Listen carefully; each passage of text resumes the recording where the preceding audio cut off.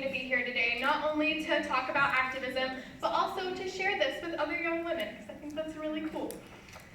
So, a recent national survey asked women, have you ever phoned, written, or sent an email to a public official expressing your views on women's rights? Only 14% of women answered yes.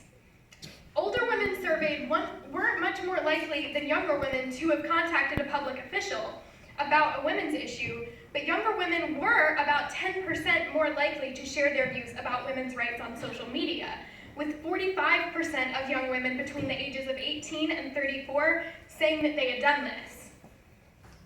So it's clear that we have a lot of work ahead, and if you're like me and even younger than that 16 to 34 demographic, we have the opportunity to be leaders in getting other women to share their views, and more importantly, to contact their representatives about the issues that are important to us and become an active part in making the change that we want to see.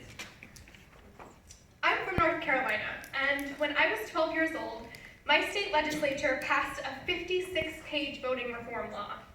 There were some really big things in that bill, like requiring certain types of ID at the polls or cuts to early voting. The bill also cut out the pre-registration program that allowed 16 and 17-year-olds to pre-register to vote and be automatically added to the voter rolls when they turned 18. That wasn't a big issue to a lot of people, but it was to me.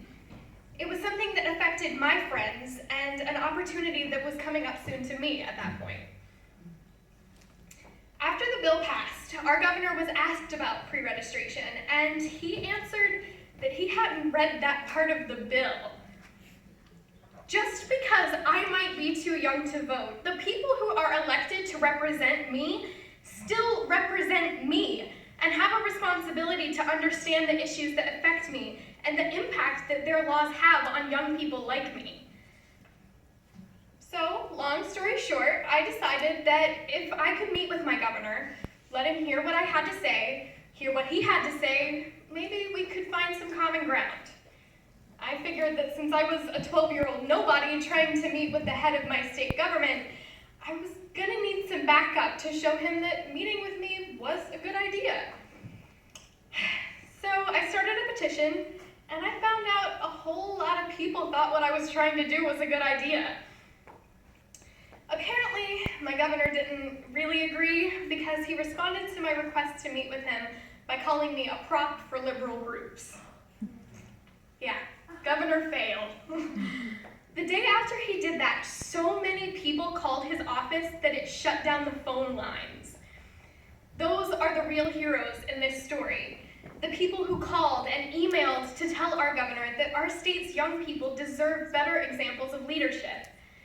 And over the years, so many of those people have continued to help me remind others about the importance of pre-registration, and I've been humbled and excited by how many of our leaders, not just back home in North Carolina, but across our nation, have continued to speak out about the importance of encouraging young people to be involved and have taken action to increase the number of young voters.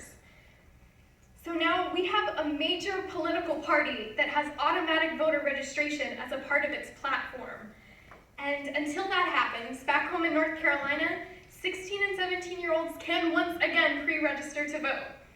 The federal court just overturned the parts of the bill.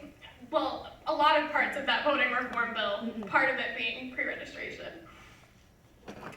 I turned 16 in a little under a year, and I'm really excited.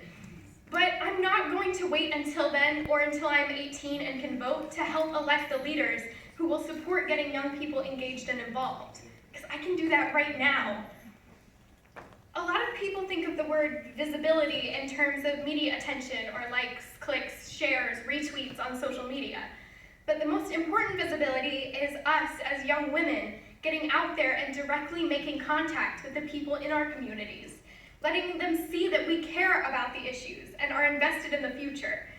Because yes, we need to continue to lead by sharing our views and keeping others informed on social media, but that's not where our involvement ends. I had the honor of meeting Hillary Clinton for the first time when I was 13 years old. I asked her what advice she had for a young woman wanting to get involved in politics. She told me I should volunteer and when I got older, look for internship opportunities. So this past summer, I was older and I headed to Florida for a couple months to work as a fellow on the campaign. And it changed my life. What? Phone banking, entering data, and doing other menial office tasks, training volunteers and standing in the heat and humidity, asking strangers, "Are you registered to vote at your current address?" changed my life. Yeah. Every day, my team registered new people to vote. Every day, we signed up new volunteers.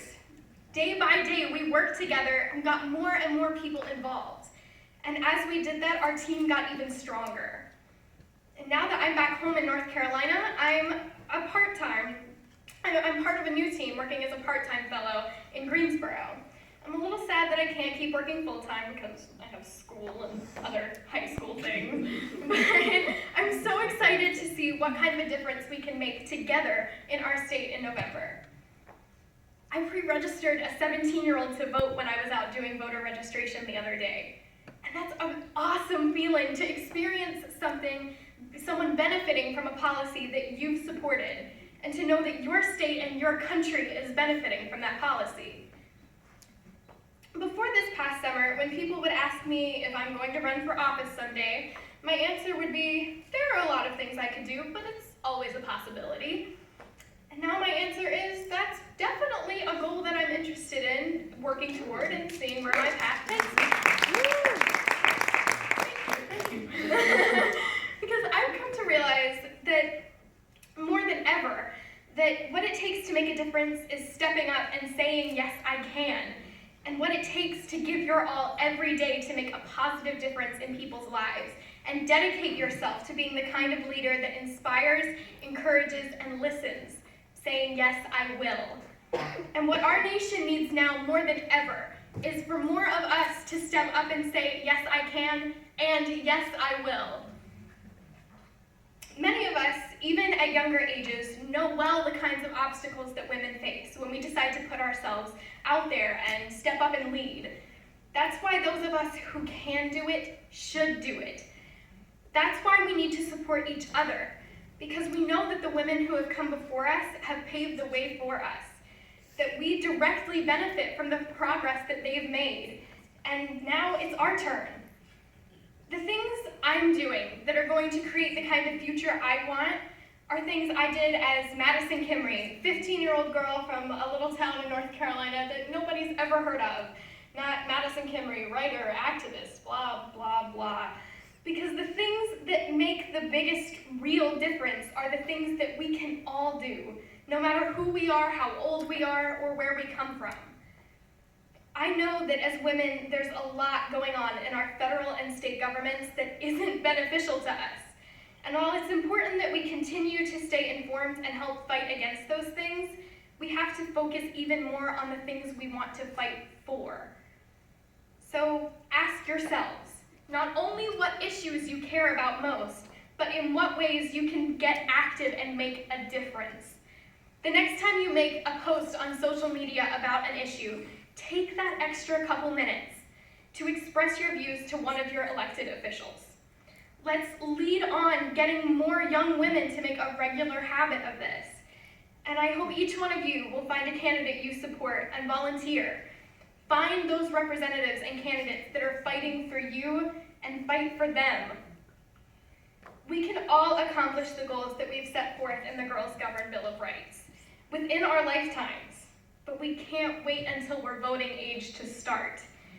If she gets one person involved, and if she gets one person involved, we can all continue to build this legacy of the women who have come before us, and continue to march forward in making progress that will benefit those that come after us.